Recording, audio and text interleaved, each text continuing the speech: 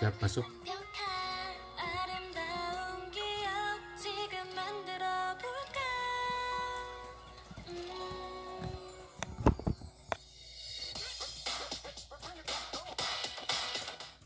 Masih di 19.33 Paramek FM bareng Ginan di sini. Baik, bintang muda semua, di segmen kali ini Ginan sudah terhubung dengan via Zoom dengan Bapak Jubir dari Kementerian Pendidikan dan Kebudayaan Republik Citeureup. Langsung saja. Assalamualaikum warahmatullahi wabarakatuh. Apa kabar, Pak? Waalaikumsalam warahmatullahi wabarakatuh. Alhamdulillah baik.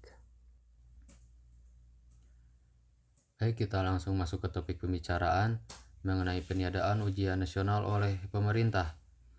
Jadi, apa yang menjadi dasar pemerintah khususnya Kemendikbud dalam peniadaan ujian nasional ini, Pak?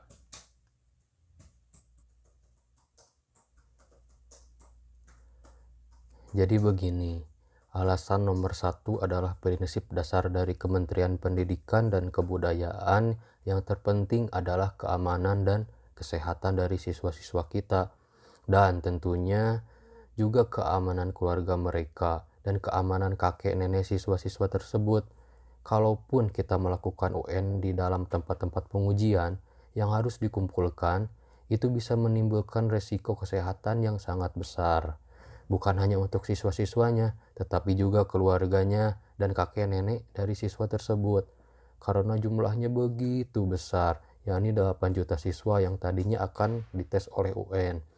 Jadinya kita mengikuti prinsip nomor satu.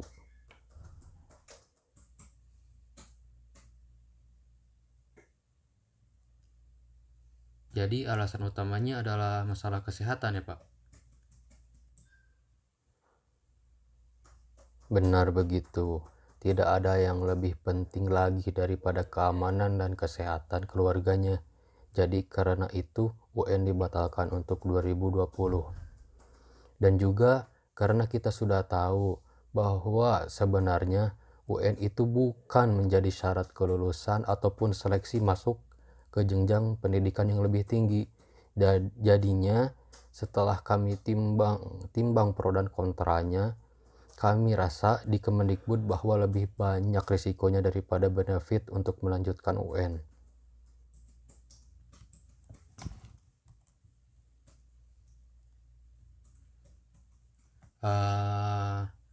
Kalau begitu, untuk menentukan seorang siswa itu lulus dengan standar yang telah ditetapkan sebelumnya itu apa?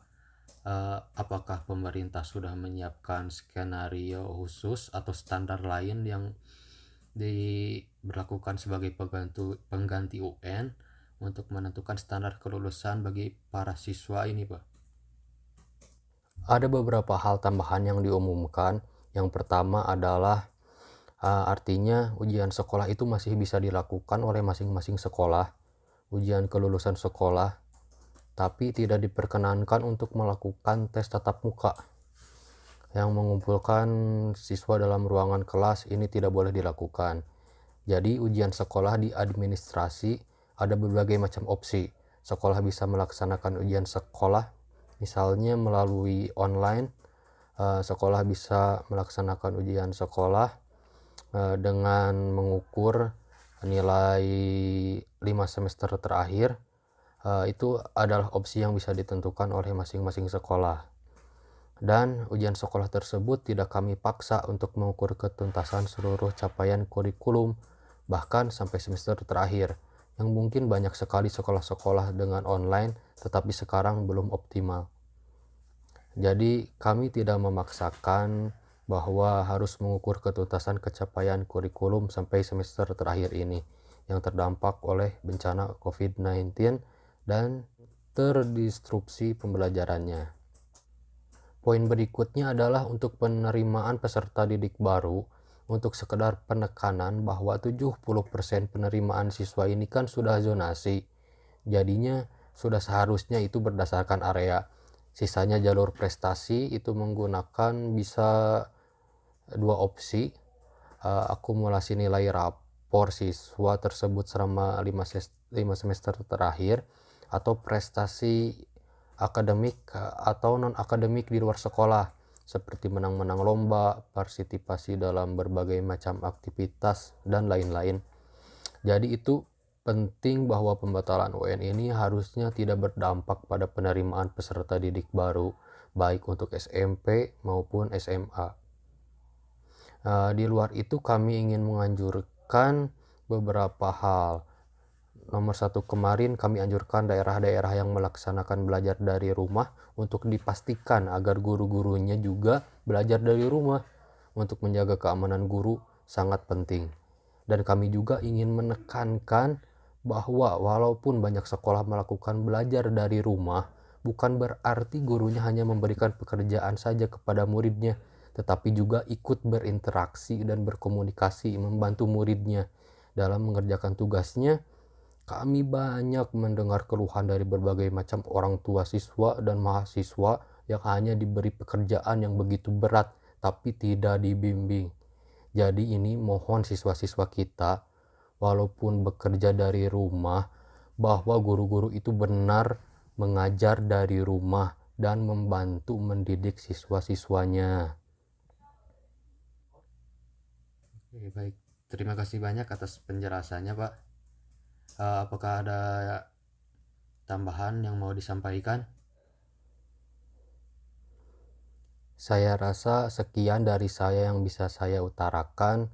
Sekali lagi, saya ingin mengingatkan seluruh masyarakat Indonesia untuk serius dalam mengikuti arahan social distancing dan physical distancing ini, terutama bagi yang tinggal dengan orang tua di atas umur 60 tahun. Mohon dipisahkan, mohon tidak menyentuh orang tua kita, karena itu yang paling rentan dalam wabah COVID-19 ini. Itu merupakan hal yang luar biasa, dan saya mengingatkan semua keluarga, semua anak muda untuk dipastikan menjaga jarak dari orang yang lanjut usia, terutama orang tua di atas umur 60 tahun, karena mereka paling rentan.